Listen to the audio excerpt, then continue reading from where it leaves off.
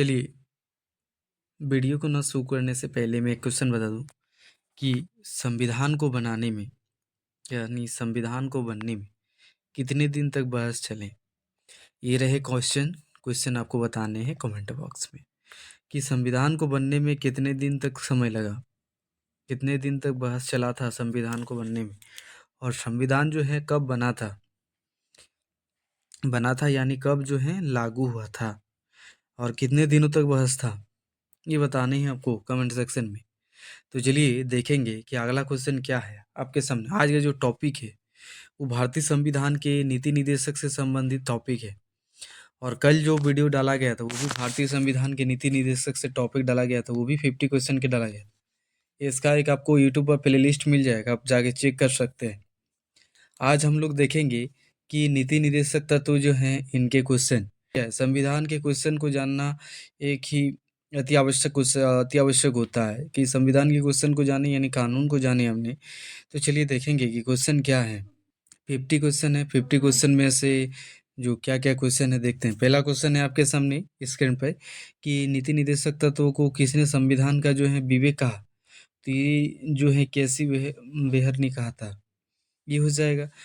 अगला आता है कि डीपीएसपी जो है, डीपीएसपी का मुख्य स्रोत किस देश का संविधान है। तो डीपीएसपी का मुख्य स्रोत किस देश का संविधान है। तो ये हो जाएगा आपका आयरलैंड का है। आयरलैंड का तो डीपीएसपी जो है आयरलैंड का है। तो डीपीएसपी और मौलिक अधिकार में संघर्ष की स्थिति जो है सामान्यतः क्या प्राथमिकता होता है। तो क्या प्राथमिकता होता है, ये हो जाएगा आपका मौलिक अधिकार होता है, जो कि ऑप्शन बी जो है आपका राइट आंसर होगा। नेक्स्ट आता है कि किस संशोधन ने डीपीएसपी को मौलिक अधिकार के समान महत्व देने का प्रयास किया। तो कौन सा है ना, 42वां जो है अधिकार है। मौलिक अधिकार की किस संशोधन में डीपीएसपी को मौलिक अधिकार का समान महत्व देने का प्रयास किया ना, ये हो जाएगा 42वां संशोधन। चलिए अगला देखेंगे कि 25वें संविधान संशोधन का संबंध जो है किससे है। तो 25वें संविधान संशोधन का जो है संबंध वो किससे है। तो ये जो है संबंध डीपीएसपी की प्रधानता से है। तो डीपीएसपी की प्रधानता से है। और नेक्स्ट आता है कि कौन सा अनुच्छेद जो है न्यायपालिका को डीपीएसपी लागू करने से रोकता है। तो कौन सा अनुच्छेद डीपीएसपी लागू करने से रोकता है न्यायपालिका को। तो ये हो जाएगा आपका अनुच्छेद 37 यानी 37 को रोकता है। तो डीपीएसपी का पालन न होने पर कौन प्रश्न उठा सकता है। तो ये जो है कौन प्रश्न उठा सकता है। तो ये हो जाएगा आपका जनता। डीपीएसपी का पालन न होने पर कौन प्रश्न उठा सकता है ना, जनता उठा सकता है। तो किस अनुच्छेद में आर्थिक समानता पर बल दिया गया है, किस अनुच्छेद में। तो ये हो जाएगा आपका अनुच्छेद 39 में, अनुच्छेद 39 में। चलिए अगला देखेंगे। अगला आता है कि नीति निर्देशक तत्व का उद्देश्य जो है वो किस असमानता को कम करना है। तो ये हो जाएगा आपका सामाजिक व आर्थिक जो है आपका राइट आंसर होगा, जो कि ऑप्शन बी में आता है। नेक्स्ट देखेंगे कि डीपीएसपी किस प्रकृति के प्रावधान हैं। तो डीपीएसपी किस प्रकृति के प्रावधान है। तो ये हो जाएगा निर्देशात्मक यानी ऑप्शन सी जो है आपका राइट आंसर होगा। नेक्स्ट देखेंगे कि किस अनुच्छेद में राज्य को सामाजिक व्यवस्था सुनिश्चित करने का निर्देश है। तो किसे निर्देश है। तो ये हो जाएगा आपका 38 को है। चलिए अगला देखेंगे कि महिलाओं और पुरुषों को समान आजीविका का अधिकार किस अनुच्छेद में है। तो वो किस अनुच्छेद में है, वो हो जाएगा 39A में, 39A में है। चलिए अगला देखते हैं। बाल श्रम निषेध से संबंधित डीपीएसपी किस अनुच्छेद में है। तो उसका समय किस अनुच्छेद में है, ये भी जो हो जाएगा आपका 39 में। 39 जो है आपका राइट आंसर होगा। अगला देखते हैं कि वृद्धावस्था सहायता का उल्लेख जो है वो किस अनुच्छेद में है। वृद्धावस्था सहायता का, तो वृद्धावस्था सहायता का उल्लेख जो है वो किस अनुच्छेद में है, ये हो जाएगा 41 में। 41 जो है इसमें है। नेक्स्ट है कि आपके सामने कि काम के लिए सुरक्षित और स्वस्थकर परिस्थितियाँ किस अनुच्छेद में है। तो ये हो जाएगा आपका 42 में है। नेक्स्ट है कि कुटीर उद्योग को बढ़ावा देने का उल्लेख जो है वो किस अनुच्छेद में है।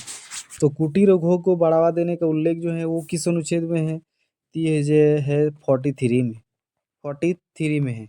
चलिए अगला देखते हैं नेक्स्ट क्वेश्चन कि समान नागरिक जो है संहिता का उद्देश्य क्या है? तो इनका संहिता का उद्देश्य जो है वो क्या है? इसका जो उद्देश्य है वो हो जाएगा आपका राष्ट्रीय एकता। राष्ट्रीय एकता यानी ऑप्शन बी। ऑप्शन बी जो है आपका राइट आंसर होगा। अगला देखेंगे कि किस अनुच्छेद का संबंध जो है धार्मिक मामलों के अप्रत्यक्ष रूप से है। तो धार्मिक मामलों में अप्रत्यक्ष रूप से है तो ये हो जाएगा आपका 44। 44 जो है ये हो जाएगा आपका राइट आंसर। अनुसूचित जाति और जनजाति के लिए विशेष संरक्षण क्यों दिया गया है?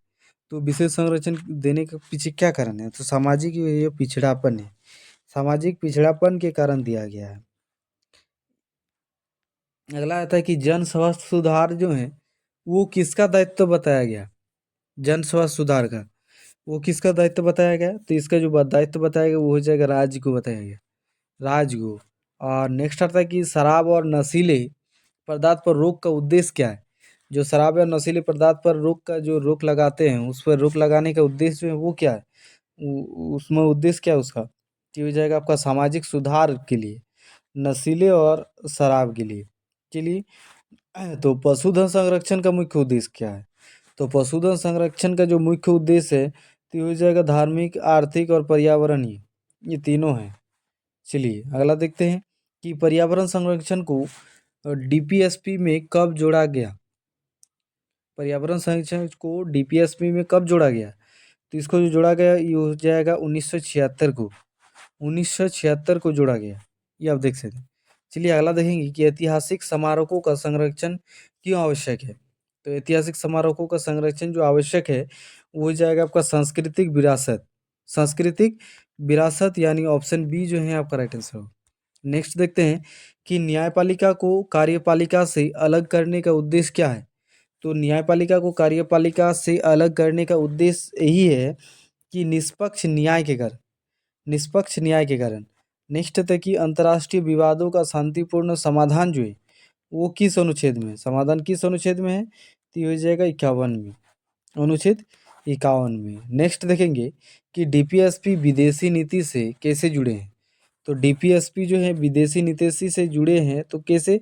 ये हो जाएगा शांति स्थापना से। और कौन सा अनुच्छेद जो है वो हो जाएगा पंचशील सिद्धांत से संबंधित है? तो पंचशील सिद्धांत से संबंधित है वो हो जाएगा आपका 51। 51 जो है ये हो जाएगा आपका राइट। नेक्स्ट देखते हैं कि नीति निदेशक तत्व संविधान के किस भाग में आते हैं? तो नीति निदेशक तत्व संविधान के किस भाग में आते हैं? ये हो जाएगा आपका सामाजिक दर्शन। सामाजिक दर्शन जो है ये हो जाएगा आपका राइट आंसर। अगला आता है कि डीपीएसपी को लागू करने की शक्ति जो है वो किसके पास है? तो डीपीएसपी को लागू करने की शक्ति जो है वो हो जाएगा आपका संसद व विधानमंडल के पास शक्ति है। कि संसद व विधानमंडल के पास शक्ति है इसका। नेक्स्ट देखते हैं कि डीपीएसपी और मौलिक अधिकारों का संबंध कैसा है? तो डीपीएसपी और मौलिक अधिकारों का संबंध जो है ये हो जाएगा आपका पूरक। ये जो पूरक है, चलिए पूरक है। और डीपीएसपी जो हैं ये किस वर्ग के लिए विशेष रूप से उपयोगी हैं? तो किस वर्ग के लिए उपयोगी हैं ये बताने। तो ये हो जाएगा आपका डीपीएसपी किस वर्ग के लिए विशेष उपयोगी है? ये हो जाएगा आपका कमजोर वर्ग के लिए। नेक्स्ट देखेंगे कि नीति निदेशक तत्व का स्वरूप जो है समय के साथ कैसा है? तो नीति निदेशक तत्व का स्वरूप जो है समय के साथ कैसा है? ये हो जाएगा आपका लचीला है। लचीला है जो कि ऑप्शन बी हो जाएगा आपका राइट। नेक्स्ट देखते हैं कि डीपीएसपी किस विचारधारा से सर्वाधिक प्रभावित है? तो किस विचारधारा से सर्वाधिक प्रभावित है? ये हो जाएगा आपका समाजवाद। समाजवाद यानी ऑप्शन बी जो हो जाएगा आपका राइट। नेक्स्ट देखेंगे कि संविधान सभा में डीपीएसपी का समर्थन किसने किया? तो डीपीएसपी का समर्थन जो है वो किसने किया? तो ये हो जाएगा आपका डॉक्टर अंबेडकर जी ने, पटेल जी ने और नेहरू जी ने, इन सभी ने किया। चलिए नेक्स्ट देखेंगे कि डीपीएसपी का अंतिम लक्ष्य जो है वो क्या है? तो डीपीएसपी का अंतिम लक्ष्य की बात करें तो ये हो जाएगा कल्याणकारी राज्य। कल्याणकारी राज्य है। और डीपीएसपी का पालन न करने पर सबसे बड़ा नुकसान जो है वो क्या है? तो इनसे सबसे बड़ा नुकसान जो हो जाएगा सामाजिक नुकसान है। और डीपीएसपी का उपयोग जो है संसद के किस रूप में करती है? तो संसद के कानून बनाने में करते हैं, ये जो कि ऑप्शन ए जो है आपका राइट आंसर हो जाएगा, कानून बनाने में करता है। और डीपीएसपी की बात करते हैं कि डीपीएसपी जो है वो किस प्रकार के अधिकार नहीं है, तो वो किस प्रकार के अधिकार नहीं है, ये हो जाएगा आपका कानूनी अधिकार नहीं है। और अगला आता है कि नीति निदेशक तत्वों का सबसे बड़ा महत्व जो है वो क्या है, तो ये सबसे बड़ा महत्व जो है वो हो जाएगा नीति निर्धारण से, यानी नीति निर्धारण में होता है। और डीपीएसपी और मौलिक अधिकार, डीपीएसपी और मौलिक कर्तव्यों का संबंध क्या है, तो डीपीएसपी और मौलिक कर्तव्यों का जो संबंध है वो हो जाएगा आपका पूरक, पूरक जो है ये हो जाएगा आपका राइट। और अगला आता है कि डीपीएसपी किस स्तर पर प्रभाव डालते हैं, तो डीपीएसपी जो है वो व्यक्ति, समाज और राष्ट्र इन तीनों पर प्रभाव डालते हैं, जो कि ऑप्शन डी जो है आपका राइट आंसर हो जाएगा। और डीपीएसपी की सफलता किस पर निर्भर करती है, तो डीपीएसपी जो है तो उसकी सफलता किस पर निर्भर करती है, तो ये हो जाएगा राज्य की इच्छा पर निर्भर करती है डीपीएसपी, जो कि ऑप्शन बी हो जाएगा आपका राइट। नेक्स्ट देखेंगे कि डीपीएसपी संविधान के किस आदर्श को जो है मजबूत करते हैं, तो किस आदर्श को मजबूत करते हैं ये, तो स्वतंत्रता, समानता और न्याय, इन तीनों को जो है मजबूत करते हैं। चलिए अगला देखेंगे कि डीपीएसपी का स्वरूप जो है क्यों गैर न्यायिक है, तो क्यों गैर न्यायिक है ये आपको बताने को, तो लचीलापन बनाए रखने हेतु, लचीलापन बनाए रखने हेतु, यानी ऑप्शन ए हो जाएगा आपका राइट। नेक्स्ट देखेंगे कि डीपीएसपी जो है किस प्रकार का मार्गदर्शन प्रदान करते हैं, तो डीपीएसपी किस प्रकार का मार्गदर्शन प्रदान करते हैं, वो हो जाएगा नैतिक व नीतिगत, नैतिक व नीतिगत, यानी ऑप्शन ए। और नेक्स्ट क्वेश्चन है आपके सामने कि डीपीएसपी किस आदर्श राज्य की दिशा दिखाते हैं, तो किस आदर्श राज्य की दिशा दिखाते हैं, तो ये हो जाएगा आपका राज्य की दिशा दिशा दिखा दे। चलिए अगला देखें कि डीपीएसपी संविधान की किस आत्मा को दर्शाते हैं, तो डीपीएसपी संविधान की किस आत्मा को दर्शाते हैं, तो ये हो जाएगा आपका सामाजिक व आर्थिक, सामाजिक व आर्थिक, यानी ऑप्शन बी जो है आपका राइट आंसर हो जाएगा। नेक्स्ट देखेंगे कि डीपीएसपी का सबसे व्यवहारिक रूप जो है कहाँ दिखता है, तो डीपीएसपी का सबसे जो है व्यवहारिक रूप जो है वो कहाँ दिखता है, तो ये हो जाएगा आपका सरकारी योजनाएं में, सरकारी योजनाओं में, जो कि ऑप्शन बी जो है आपका राइट आंसर हो जाएगा। नेक्स्ट देखेंगे कि नीति निदेशक तत्व किस लक्ष्य को प्राप्त करने का साधन है, नीति निदेशक तत्व किस लक्ष्य को प्राप्त करने का साधन है, तो ये हो जाएगा न्याय व कल्याण, न्याय व कल्याण जो है ये हो जाएगा आपका राइट आंसर। और ये जो है अंतिम क्वेश्चन था 50 क्वेश्चन में से, 50 क्वेश्चन है और ये अंतिम क्वेश्चन था। और आज के जो वीडियो कैसा लगा वो जरूर कमेंट करें, और वीडियो पर इतना देर तक बने रहने के लिए बहुत बहुत धन्यवाद। आज के लिए इतना ही, अब मिलेंगे अगले दिन और नेक्स्ट वीडियो पर बहुत ही ऐसे ही मज़ेदार वीडियो के साथ। जय हिंद, थैंक यू।